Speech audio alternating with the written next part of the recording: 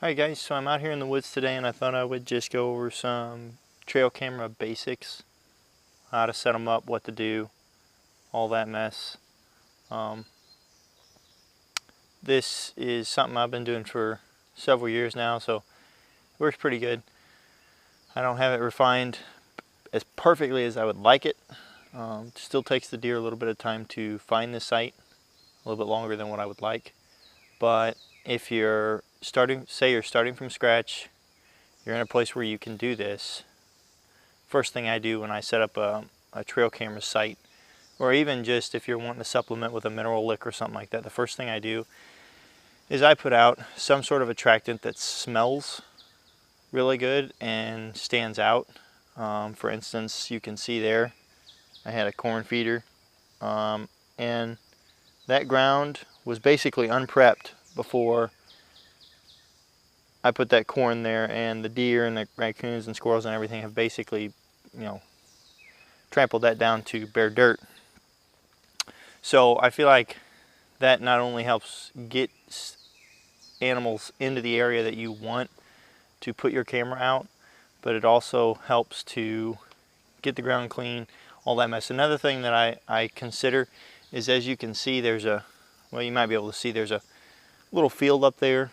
I don't usually ever put any kind of mineral lick and or camera site right on a field edge.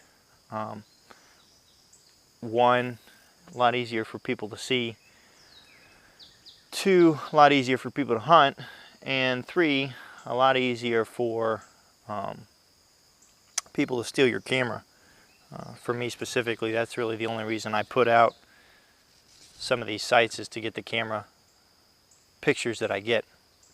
Another thing you want to consider is, are deer or whatever it is that you want to take pictures of already moving through that area. Now this is a very important step to consider, just because I've set up sites with the intent, when I first started, the intent to draw stuff to an area, and there are occasionally times that I will do that, but you get far better pictures if the animal you're wanting to photograph is already coming through that area, already feels safe.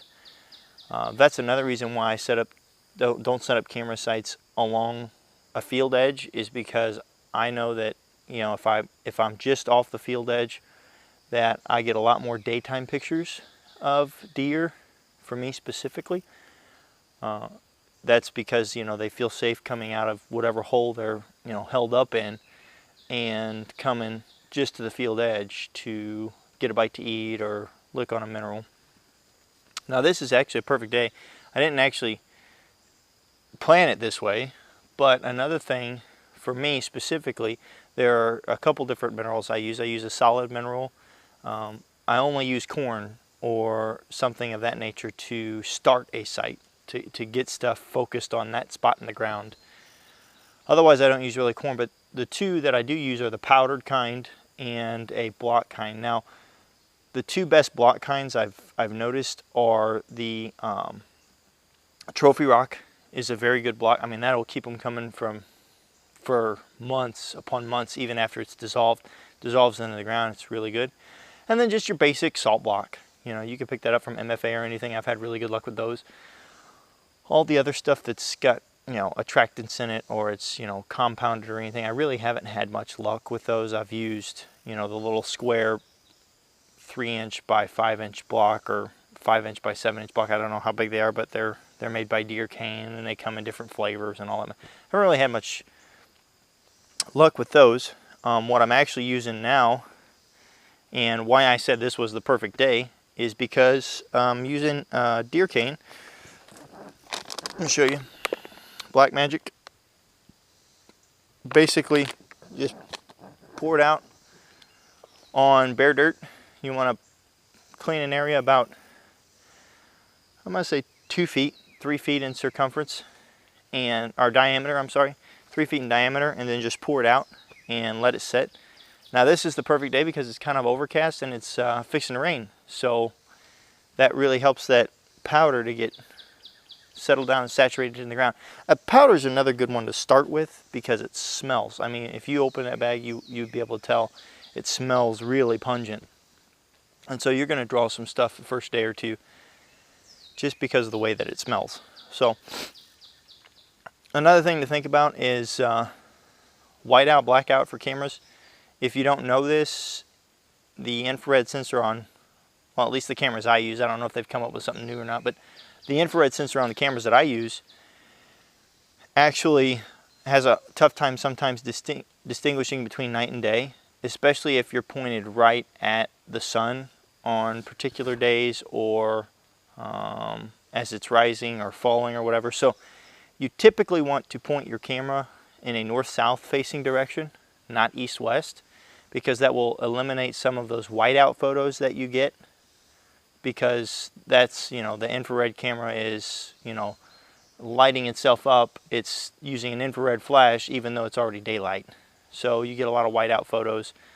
Sometimes you don't get the infrared photo to use or to flash, and you've got, you know, the sun is setting and you don't have very much light left, but yet it catches just an inkling of the sun through the leaves and the flash doesn't go off, so then you get a blackout photo. So to prohibit those kinds of photos, another thing you want to think about when you're setting up a trail camera site specifically is you want to point it in a north or south facing direction. This site here, if you can see it, this site here is facing north. I don't have any problem at all, and this is just a cheap $30 camera. So if somebody tells you you need a $200, $300 camera, this camera was like 60 bucks brand new 4 years ago. So if somebody tells you you need an expensive camera, then hogwash. Yeah, I guess if you're just setting up on like a trail specifically that deer are walking through and you want a fast trigger speed, then that's fine. But I haven't had any. This is actually my favorite camera.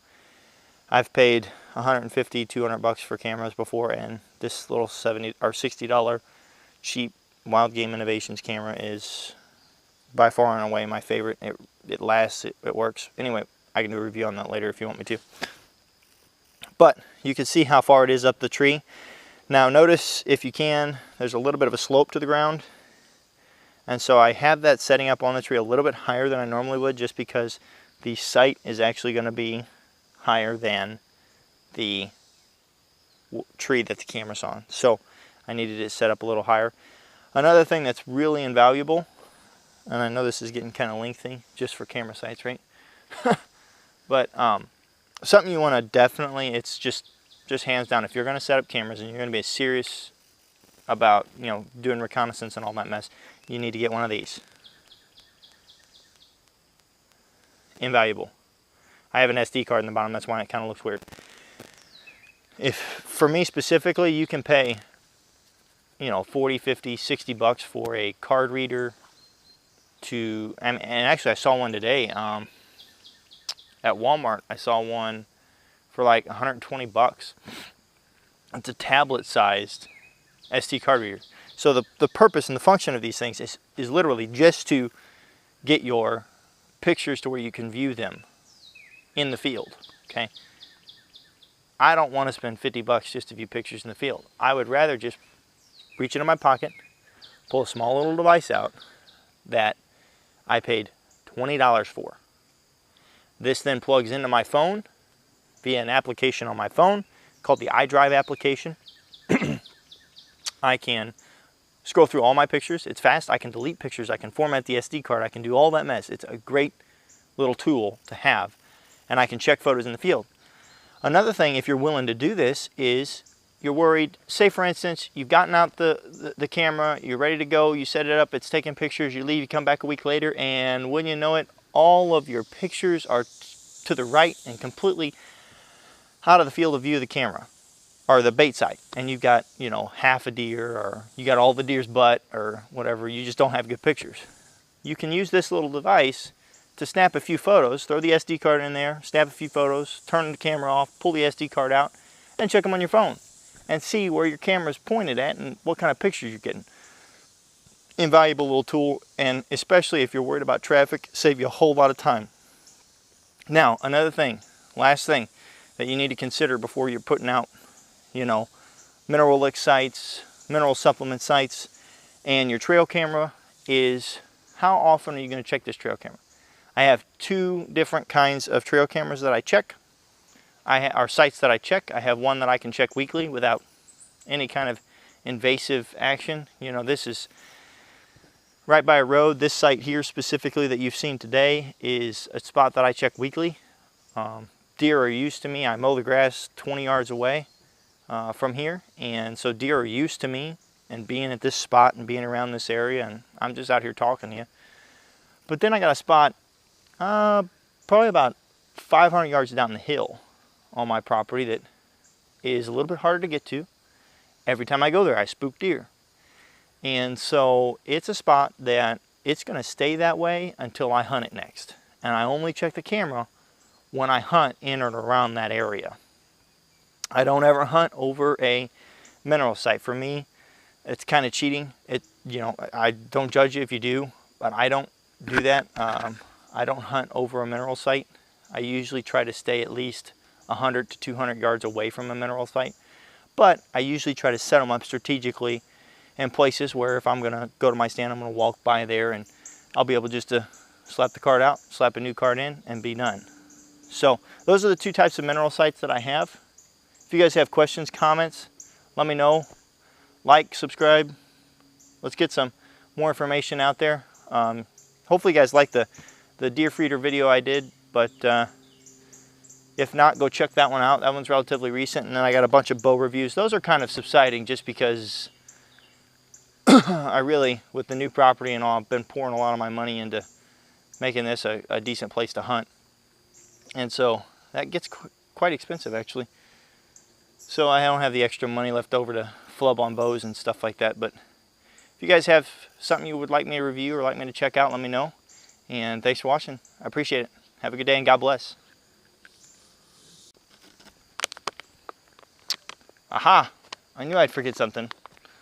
I forgot to show you exactly how I pour it out on the ground, as if you needed really any instruction, how I prep the site. So make sure all the sticks and leaves and everything's up. That we ain't gonna worry about it. If you have an old log, this stuff here, this black magic stuff, works really well for it. But basically, the concept's pretty simple. Just pour over your bare dirt.